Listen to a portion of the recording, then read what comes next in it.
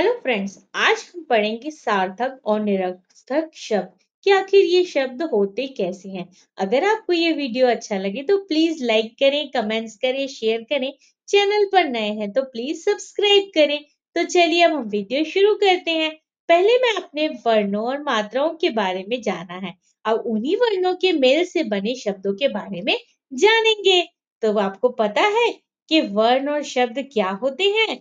तो चलिए वर्ण और शब्दों को देखते हैं। जैसे कि आप देख सकते हैं, एक गुलाब है। गुलाब को जब हम शब्द से वर्णों में तोड़ते हैं तो कैसा होता है? गा प्लस ऊ प्लस ला प्लस आ प्लस बा प्लस आ, हो गया गुलाब। अब ऐसे ही दूसरा शब्द है बलागु।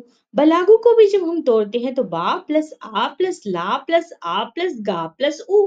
क्या बलागु कोई शब्द है जिसका अर्थ होता है? नहीं। तो यह शब्द जो है अर्थ नहीं बताता। वो कैसा है शब्द? निरर्थक है। अब शिकारा, शिकारा जो है वो एक नाव है। अब शा प्लस ई प्लस का प्लस आ प्लस रा प्लस आ, तो शिकारा हुआ। शिकारा आपको पता है कि इसका अर्थ होता है एक नाव। अब राकाशी, राकाशी क्या है? रा प्लस आ प्लस का प्लस आ प्लस शा प्लस ई। वर्णों में तो टूट गई लेकिन इसका कोई अर्थ नहीं निकल रहा है। राकाशी क्या है? निरर्थक है, मतलब इसका कोई अर्थ ही नहीं है, ऐसा कोई शब्द ही नहीं होता है। अब आप देखिए हेरा फेरी। हम ये शब्द अधिकतर प्रयोग करते हैं कि आजकल बाजारों में बहुत ज्यादा हेरा फेरी हो रही है। अब हेरा फेरी शब्द जो है वो कुछ शब्द सार्थक है तो कुछ निरर्थक है। अब जैसे पानी वानी, किसी ने कहा अरे मैं कब से यहाँ बैठा हूँ, कोई मुझे पानी वानी लाके तो दे दे। ऐसी चटक मटक।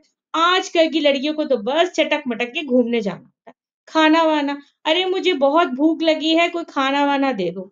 अब रोना धोना, बस तुम ऐसे ही मुंह फुला के रोना धोना ही करती रहोगी। इस तरह के वाक्य जब हम बोलते हैं तो सार्थक निरर्थक दोनों आए।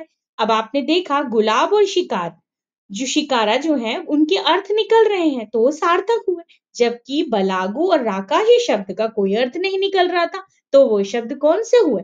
निरर्थक, मतलब जिनका कोई अर्थ नहीं निकल रहा। और जिनका अर्थ निकल रहा है वो सार्थक, और जिनका नहीं निकलता वो निरर्थक। अब ऐसे और भी शब्द हैं जो हम रोज किसी न किसी रूप में प्रयोग करते हैं। और अभी आपने कुछ उदाहरणों से देखा, जैसे पानी वानी का मैंने बताया। इसके बाद सार्थक और दूसरा शब्द निरर्थक हुआ। अब इस प्रकार कई ऐसे शब्द हैं जो हम रोज बोलते हैं, जो अभी मैंने आपको कई तरह के शब्द एग्जाम्पल्स में बताए। हम रोज बोलते हैं जिसमें से कुछ शब्द तो सार्थक होते हैं, कुछ निरर्थक। मतलब कुछ शब्दों का तो अर्थ होता है, कुछ शब्दों का तो अर्थ होता ही नहीं है, बस हम उसे लगा के ऐਵੇਂ ही बोल देते हैं। तो वही कहलाता है हमारा ये वर्णों के जो मेल होते हैं उससे बने सार्थक ध्वनि समूह को हम शब्द कहते हैं। मतलब जो वर्ण था उनको हमने जोड़ा और उससे क्या बना? एक समूह बन गया तो वो शब्द बन गए। तो आप समझ गए शब्द क्या है। अब शब्द जो होता है ये दो प्रकार का होता है। एक होता है सार्थक और दूसरा होता है निरर्थक, जो मैंने अभी आपको समझाया। सार्थक मतलब जिसका अर्थ होना, निरर्थक यानी जिसका कोई अर्थ नहीं होना। बट दोनों ही शब्द होते हैं और ये दोनों ही क्या है? शब्द के प्रकार है। तो पहले हम सार्थक के बारे में पढ़ते हैं। अब वर्णों के मेल से बने शब्दों का यदि कोई अर्थ निकल रहा है तब तो वो सार्थक शब्द कहलाएंगे। जैसे कि पाठशाला, अगर हम इसे तोड़ दें और जोड़ेंगे तो पाठशाला का हमें पता है कि अर्थ क्या होता है। इसी प्रकार भोजन, हिरण, आदमी, किला आदि, इन वर्णों में भी अगर हम इनको तोड़ देते हैं और शब्द बनता है तो इनका अर्थ निकल रहा है। मतलब ये कौन से शब्द हुए?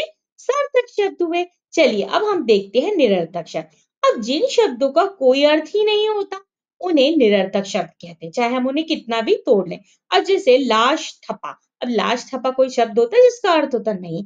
ऐसी जन्मो, ऐसी रनही, ऐसे दमिया आदि, ऐसे और कई भी शब्द हैं जिनका कोई अर्थ निकलता ही नहीं है। अब जिनका कोई अर्थ नहीं मतलब वो कौन से शब्द हुए? निरर्थक शब्द हुए। तो इस तरीके से आपको याद